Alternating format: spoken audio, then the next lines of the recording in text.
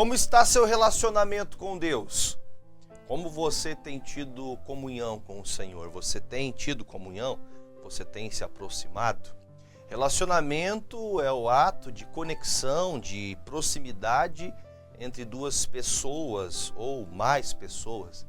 O relacionamento é isso, é você ter proximidade, você ter conhecimento da pessoa, você saber os gostos, saber a vontade, você saber os limites, enfim, isso é um relacionamento. E existem muitos relacionamentos. Eu vou usar alguns exemplos de relacionamento da nossa vida, do nosso cotidiano. Por exemplo, nós podemos ter o relacionamento que talvez seja um dos mais fortes humanamente falando, que são os relacionamentos afetivos. No caso do marido e a mulher, um relacionamento de proximidade. Eu já atendi casos muitas vezes de que o relacionamento está pronto para acabar. O casamento está a um fio para se acabar por conta de a distância se aumentar a cada dia que passa. Na verdade, o relacionamento, quanto mais profundo, mais próximo as pessoas se tornam. Quanto mais cúmplices, quando digo cúmplices, quanto mais os seus ideais estão indo para o mesmo propósito, os seus alvos e objetivos estão indo para o mesmo propósito, então nós conseguimos ver que este relacionamento está sendo um relacionamento bom, que ambos estão conseguindo completar um ao outro. Mas também há os relacionamentos de afeto que diz respeito aos filhos, né? Filhos, eu já também tive a tristeza, na verdade, de atender muitas vezes os pais que já não têm mais alegria com seus filhos. Os filhos distantes, as drogas tomaram a casa, as amizades. Eu sempre gosto de explicar isso. Os jovens, eles têm muita facilidade de entregar-se às amizades. E se os pais não tiverem um cuidado para esse relacionamento de pai e filho, de estreitar esse relacionamento, de estar mais perto, lembrando que os jovens, que muitas vezes têm muitos amigos e são influenciados por esses tais amigos, eles não falam a língua diferente deles, não falam, por exemplo, o pastor falando português e você entendendo inglês. Não, eles falam a mesma língua. Nós não temos que compactuar com as ideias erradas dos amigos dos nossos filhos, mas nós também não podemos ser duros demais, para que isso então, quando você falar, você possa ser ouvido.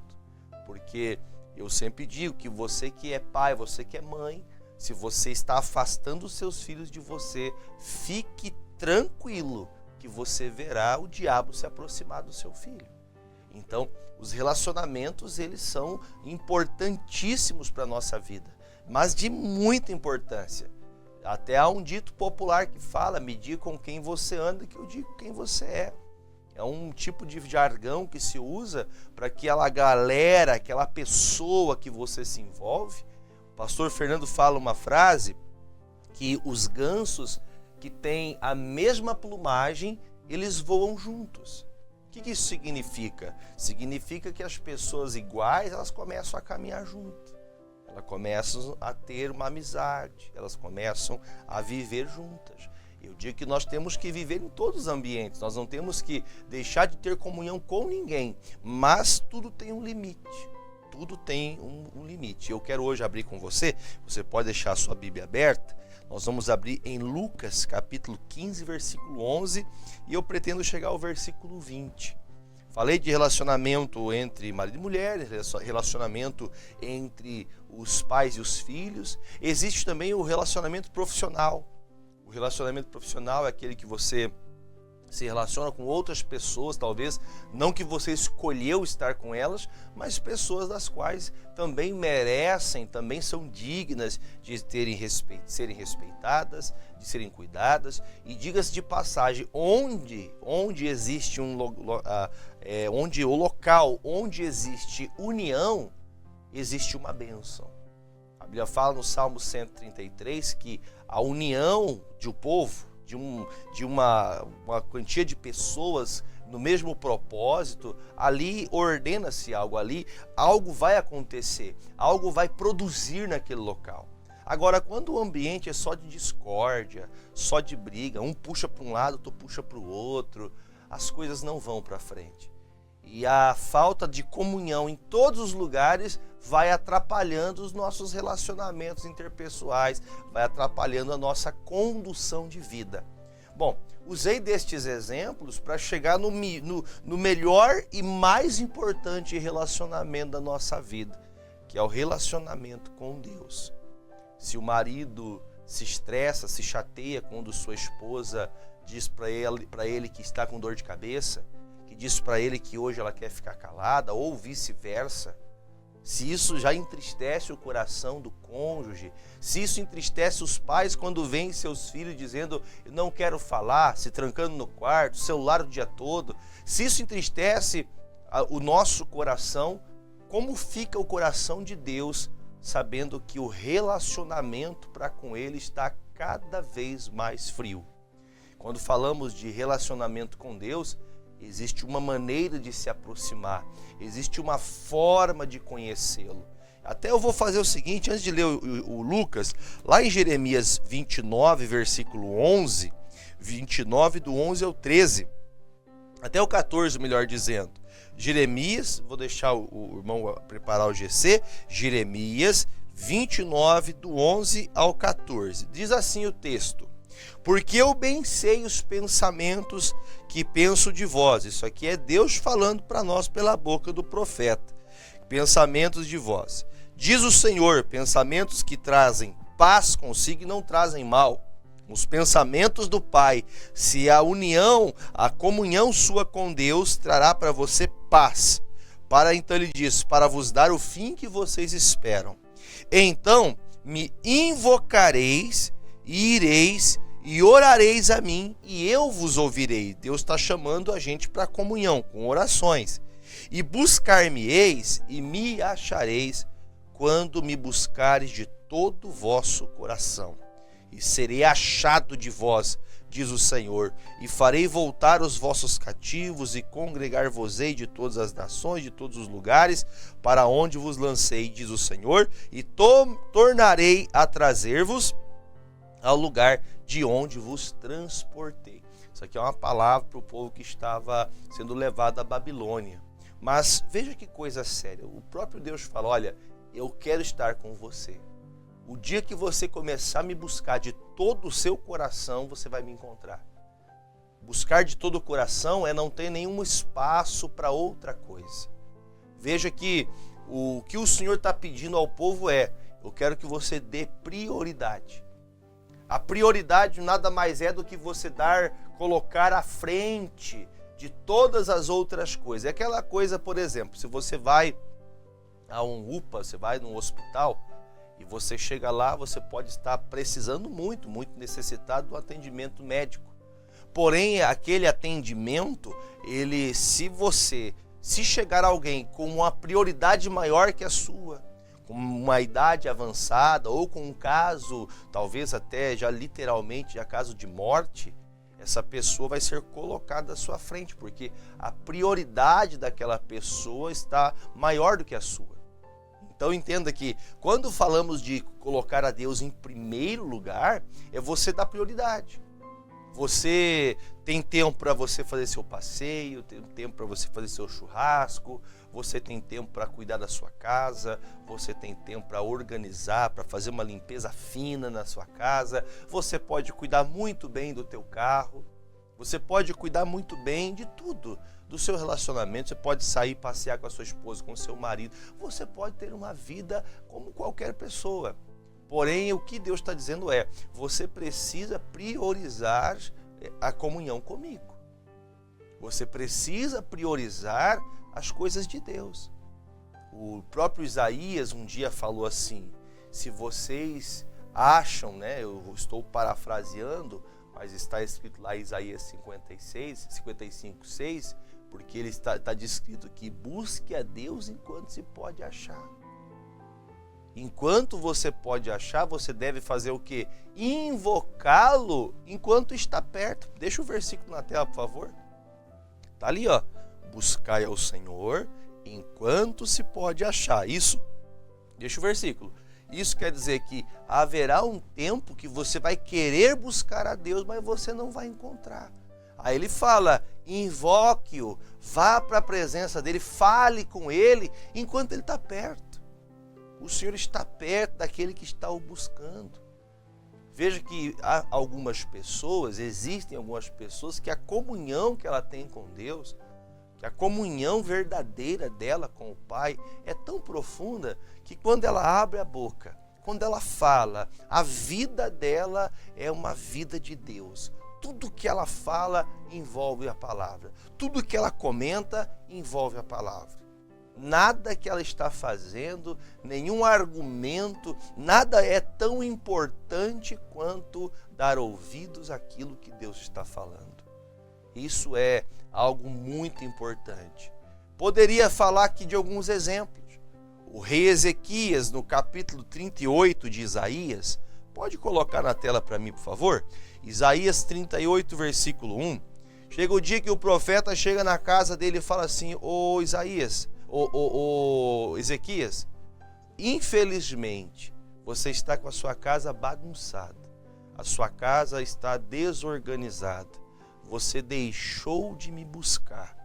Por esse motivo, eu quero dizer para você, arruma a tua casa, porque você vai morrer e não viverá. Isso faz que nós tenhamos entendimento de que a distância que você vai saindo para longe de Deus vai promovendo, vai trazendo para dentro do seu relacionamento com Deus uma distância, vai trazendo uma frieza tão grande que a voz de Deus já não é mais tão prazerosa aos seus ouvidos. A palavra de Deus já não é tão profunda para você. Você já não tem mais, você não tem prazer de escutar uma mensagem, como o pastor está aqui há 10 minutos falando disso para você. Se o relacionamento entre as pessoas se esfriam por falta de comunhão, comunhão é estar junto, é agirem juntos. Perceba que amizades, duradouras são amizades que sempre estão sendo regadas, estão sempre juntos, estão às vezes juntos na igreja, muitas vezes juntos, um familiar o convida, um amigo está sempre, fazem ali um almoço, uma janta juntos. Isso é comunhão. Os dias atuais as pessoas só se afastam, não que isso seja necessário, claro que existem algumas pessoas que nem tempo para esse social ela tem, mas você pode perceber que você foi se afastando e parece que você não tem amizade com mais ninguém, você não tem amizade com a pessoa que dorme na cama junto com você. Você não tem comunhão. Você percebe que toda a comunhão da tua vida foi se perdendo. E eu vou mostrar agora para você que em Lucas 15, 11, o quanto é doloroso afastar-se de Deus. Está escrito no versículo 11 assim. E disse, um certo homem tinha 2 filhos, é uma parábola. E o mais moço deles disse ao pai, pai, dá-me a parte da fazenda que me pertence. E ele repartiu por eles a fazenda. E poucos dias depois, o filho mais novo, ajuntando tudo, partiu para uma terra longínqua e ali desperdiçou a sua fazenda, vivendo dissolutamente. Então aqui, essa parábola narra para nós a história de um filho que era muito próximo do pai. Narra a história de um relacionamento muito bom. Mas note que chegou o momento que o filho e o pai se distanciaram. O filho se afastou do pai. Perceba que o pai não levanta a voz contra o filho. O pai não argumenta, não faça isso. Ele não tem um griteiro do pai. Não faça. Entenda que uma pessoa decidida a fazer o que é errado, ela vai fazer você querendo ou não querendo. O máximo que podemos fazer é orar e crer que um dia essa pessoa vai se arrepender. Agora, esse relacionamento está sendo cortado porque o filho já não dá mais crédito ao pai. Ela já não escuta mais o pai. As palavras sábias do pai de família, as palavras do pai já não são tão poderosas, já não mexe tanto ao seu coração, por exemplo, do que quando você começou. Vamos fazer um comparativo? Quando somos crianças, as palavras do nosso pai, da nossa mãe, é aquela palavra que mexe com a gente, que nos faz entender que aquela palavra é de autoridade. A gente tem que respeitar essa palavra dos pais. Só que depois que chegamos à adolescência, chegamos ali a uma idade madura, a grande maioria começam a faltar com respeito com seus pais, achando que já não precisam desse relacionamento de pai e filho, que não precisam de comunhão mais com seus pais. Vão se afastando. E nesse comparativo você pode também utilizar da mesma forma da pessoa que se converte. A pessoa que começa a andar com Jesus, ela muda, é uma pessoa diferente, Deus começa a transformar a vida dela, benefícios são acrescentados à sua vida, testemunhos, milagres, curas, prosperidade. Aí chega um dia que a pessoa, ela acha que sabe demais, ela tem um conhecimento muito profundo, ela acha que não precisa mais ir para a igreja, que não precisa ter comunhão em orações, que não precisa mais meditar na palavra e se afasta. É o que está escrito aqui. O filho achou que já não era mais suficiente a casa do pai e falou, eu quero a minha parte e vou embora. É assim que acontece. Os relacionamentos, eles se quebram pela falta de comunhão. Você que vive averso ao mundo, você que vive averso a tudo e a todos, eu vou dizer para você que você está fazendo a pior das piores coisas da sua vida. Você está isolando-se, você está se afastando de tudo. Você não tem amigos vizinhos, você não tem nenhum vizinho seu que é amigo, se você pedir um copo de açúcar lá num dia que faltar, o amigo não vai poder te ajudar, porque você não tem relacionamento, você não tem comunhão, ninguém confia em você, você não confia em ninguém. Você não tem um bom relacionamento sequer no ambiente da igreja que você congrega. Ninguém sabe de você, você não quer saber de ninguém. Não que isso seja algo como base para a vida, não é para você ficar querendo bisbilhotar a vida dos outros, mas você não tem comunhão. Você não tem comunhão, os seus irmãos não são como está escrito em Atos dos Apóstolos, que eles se ajuntavam, se uniam, era alegria no coração deles se ajuntarem para partir o pão e orar. Qual foi a última vez que você chamou um membro da igreja para ir na sua casa, para vocês comerem juntos e fazerem uma oração? Qual foi a última vez? Ih, pastor, faz uns 3, 4, 5 anos já. Ou talvez você nunca fez isso. Vamos fazer o contrário. Qual foi a última vez que você chamou um familiar seu para vir na sua casa, partir o pão junto, compartilhar uma palavra, um momento de comunhão de família? Ah, pastor, eu não faço isso não. E para piorar, qual foi a última vez que você foi para a igreja disposto a não receber nada, disposto a só entregar-se, servir a Deus, querer ser um servo do Senhor? Qual foi a última vez que você fez isso? Porque veja que todo relacionamento que vai se esfriando é por conta da distância daquela pessoa que preferiu viver isolada. O isolado, segundo está escrito em Provérbios, o isolado peca. O que é o isolado, pastor? O precipitado, a pessoa que vai se afastando, ela acha que está correta por aquilo, e ela vai se afastando, e aí começa-se que as pessoas estão erradas, não ela. Todo mundo está errado, menos ela. Ela é a perfeita. O filho pródigo aqui se achava o perfeitão, o filho mais certo. Ah, eu não vou ficar na casa do meu pai mais. Ah, não quero saber disso não, não vou ouvir mais o meu pai não. Quero ficar perto desse meu irmão xarope aqui não. Ele vai embora. E agora o destino, a escolha que a pessoa faz, leva ela para esse lugar aqui, ó, versículo 14. E havendo ele gastado tudo, houve naquela terra uma grande fome, e começou a padecer necessidades. E foi, e se chegou-se a um dos cidadãos daquela terra, o qual mandou para os seus campos apacentar porcos. Qual foi o dia que o pai pediu para que o dono daquela fazenda, qual foi o dia que o pai, dono da fazenda, dono de todos os bens, pediu para que seu filho fosse cuidar de porcos? Nenhum dia. O pai tem zelo do filho. A comunhão, o amor, o afeto criado do pai abraçar o seu filho, do pai pegá-lo desde bebezinho, vulnerável, de vê-lo crescer, de vê-lo se tornar um homem. Ali havia um carinho, um afeto muito grande do pai. Mas o filho não enxergou isso. Às vezes você não enxerga o que as pessoas fazem por você. Às vezes você não lembra do que tanto fizeram por você e você acaba desprezando. Olha que coisa séria isso, gente. Olha que pensamento, olha que palavra é essa. O pai, aquele que cuida de você, ele nunca deixou você sofrer. Ele sempre cuidou de você. Até quando você errou, ele veio tratar de você. Foi o que aconteceu com Isaías. Com Ezequias, lá em Isaías 38.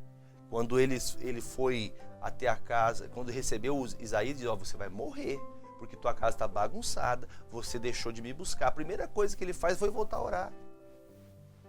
Se você perdeu a comunhão com Deus, você precisa voltar. Você perdeu a comunhão com Deus por causa das pessoas.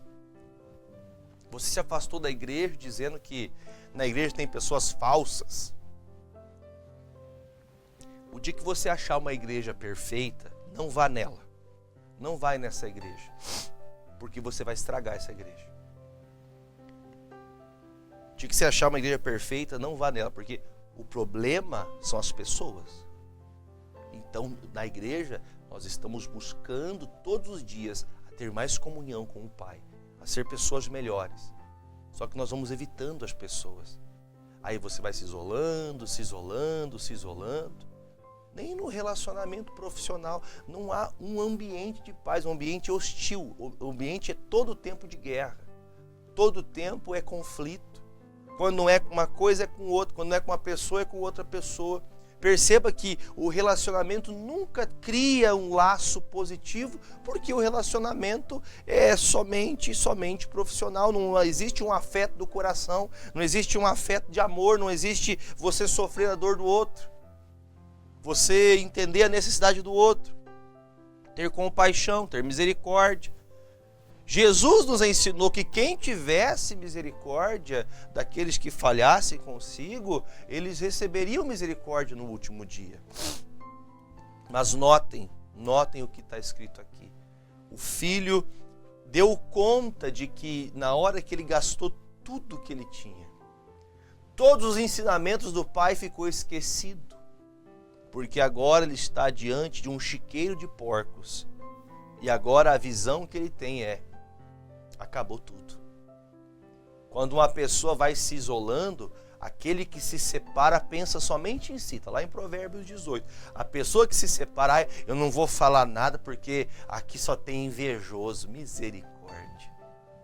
Você tem que ter alegria em testemunhar o que Deus está fazendo por você.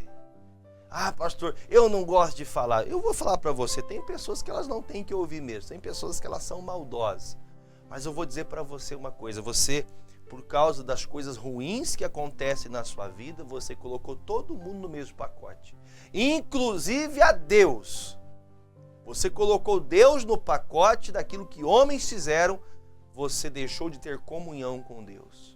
Você diz que é de Deus, mas você não pega a sua Bíblia uma vez por dia para ter contato com a palavra dele. Lembra o que Jesus disse? A minha palavra você deve examinar para me conhecer. A Bíblia fala em João capítulo 1, o verbo se fez carne, ou seja, a palavra. Jesus é a palavra. Mas você não tem contato com Jesus. Você não tem um tempo de oração. Você não quer se aproximar de Deus. Por quê? Porque você se afastou. Lembra o que Jeremias disse para nós no início da mensagem? Se você buscar de todo o coração, você vai me achar.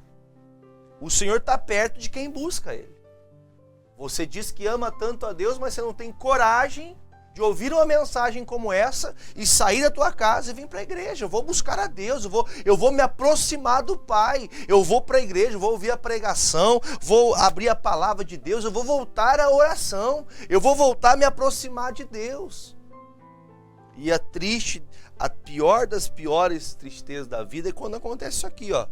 E ele então chegou num ponto que o desejo dele era encher o estômago com as bolotas que os porcos comiam e ninguém lhe dava nada. E caindo em si, ou seja, ele abriu os olhos. Quantos trabalhadores de meu pai têm abundância de pão e eu estou aqui perecendo de fome. Levantar-me-ei, irei ter com meu pai, e dir-lhe-ei: Pai, pequei contra o céu e perante ti, já não sou digno de ser chamado teu filho, faze-me como um dos teus trabalhadores. E levantando-se foi para o seu pai, quando estava ainda longe, viu seu pai e se moveu de íntima compaixão, e correndo, lançou-se-lhe ao pescoço e o beijou.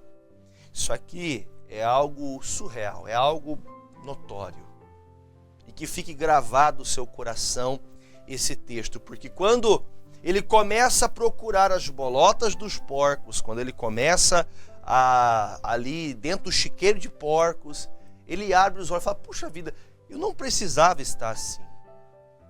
Eu vou olhar bem nos seus olhos, foca em mim aqui, Silvio.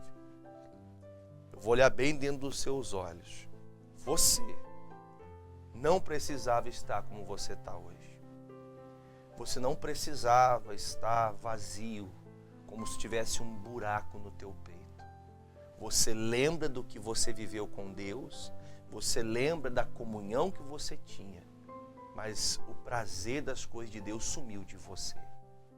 Mas que essa palavra faça abrir os seus olhos e enxergue que você errou. Não foi o pai que errou com você, foi você que errou com o pai. Volte a Deus, volte a Cristo, volte a ouvir as palavras do Senhor, por mais que seja difícil fazer aquilo que Deus fale para você, perdoar, amar, enfim, mas volte, porque o Pai está esperando você, de braços abertos, para entregar aquilo que é seu. Não existe ex-filho. Se você buscar, você vai achar. Amém, meus irmãos? Pegue seu copo com água e junto comigo façamos esta oração. Pai querido e amado, eu oro em favor da vida de cada pessoa que está comigo agora. Eu oro pelas pessoas que estão enfermas, pessoas que estão doentes, pessoas acamadas, pessoas como a senhora Rosa, que está hoje internada para mais uma cirurgia. Eu peço ao Senhor, ó Deus, que nas águas a qual eu consagro ao Senhor, seja como um santo remédio. Ainda que essa pessoa, meu Pai, não consiga beber desta água por algum tipo de enfermidade que ela está vivendo, pela fé, Pai, quando eu beber desta água, essa pessoa seja curada, ela seja liberta. Que, meu Deus, do alto da cabeça, a planta dos pés, toda infecção, toda enfermidade, toda doença caia por terra. E que no nome de Jesus, essa pessoa se levante e volte a adorar e a buscar ao Pai, a viver junto do Pai, a viver uma festa junto do Pai. Assim eu te peço, consagre estas águas, coloque nelas uma unção de cura, de libertação, e todos que delas beberem sejam livres em nome de Jesus. Beba desta água comigo.